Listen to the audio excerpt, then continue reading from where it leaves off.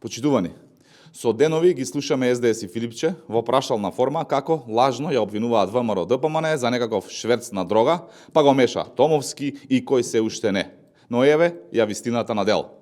Откриваме фрапантен податок и фотографија која покажува директна инволвираност на Венко Филипче со шверцот на илегална дрога. Венко и газдата на фабриката со илегалната марихуана еден до друг. Венко Филипче на телевизиско интервју кажа дека нема никаква врска со вистинскиот собственик на фирмата ЦБД Медплант и поранешен функционер на СДС, Тони Котев, а како што гледаме на сликата, тие двајца добро се познавале и соработувале. Венко Филипче и Тони Котев рамо до рамо, еден до друг.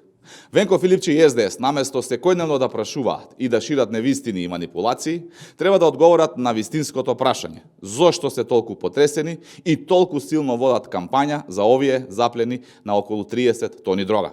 Дали во СДС се исплашени затоа што Филипче и Заев се вмешани во трговијата со дрога? Затоа ли Филипче добро знае колку камиони требаат за одредена количина на дрога? Затоа ли во 2023 година го променија правилникот за одгледување на канабис? Колку милиони требале да заработат и на овој криминал? Каде има и чат, има и оган. Каде има криминал и корупција, таму се Филипче и Заев. Ако порано се велеше дека сите патишта водат кон Рим, денес сите патишта за криминал и корупција водат кон Филипче и Заев. Го повикуваме јавното обвинителство да ја истражи поврзаноста на Филипче и Заев во случајот со 30 тони запленета дрога.